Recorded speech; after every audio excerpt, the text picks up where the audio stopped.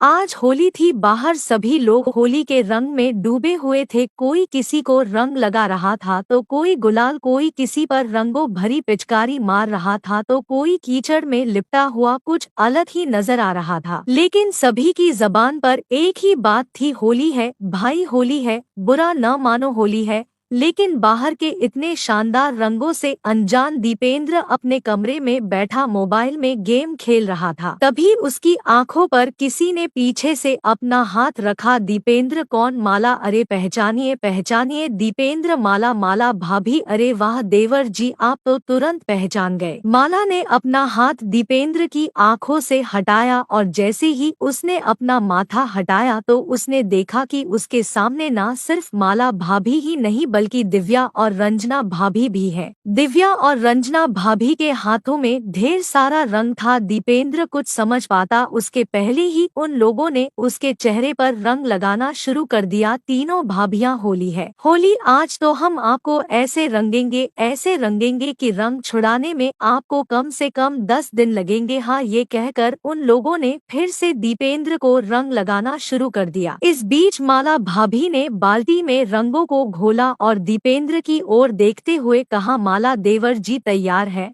ना रंगों भरी बाल्टी में डुबकी लगाने के लिए? ये कहकर माला बाल्टी के रंगों को एक पिचकारी में भरकर दीपेंद्र पर डालने लगी। दीपेंद्र, अरे अरे हो गया भाभी, अब कितना रंग लगाएंगी? माला, अरे ऐसे कैसे हो गया भाभी, और देवर की होली भी भला इतनी जल्दी खत्म होती है क्या? ये कहकर उन तीनों ने दीपेंद्र को पकड़ा और उसे बाहर ले जाने लगी। दीपेंद्र, अरे कहाँ ले जा रही है मुझे आप लोग? दिव्या, आप भी ना सवाल बहुत पूछते हैं, चलिए ना जहाँ ले जा रहे हैं।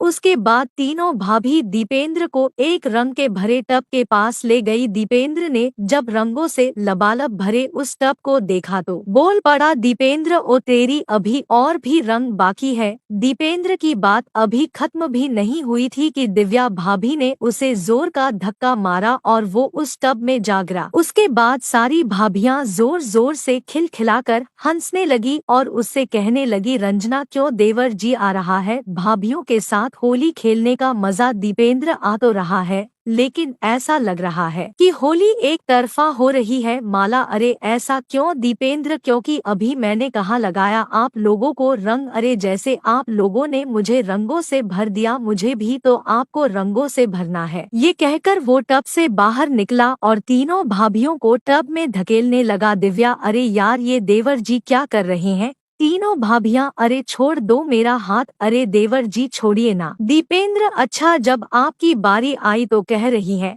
छोड़िए छोड़िए, अरे कैसे छोड़ दे आपको? उसके बाद दीपेंद्र सभी को उस टब में डाल देता है और खुद भी टब में प्रवेश कर जाता है। दीपेंद्र, हाँ भाभी अब ना होगी देवर, और रंगीली भाभियों की जबरदस्त होली। टब में चारों के चारों होली की खुमारी में डूबे हुए थे। दीपेंद्र कभी माला भाभी को रंग लगाता तो कभी रंजना भाभी को कभी तीनों भाभियां उसके चेहरे को फिर से रंग देती। दीपेंद्र, क्यों रंगीली भाभियों ये वाली होली कैसी है? तीनों भाभियां, अच्छी है।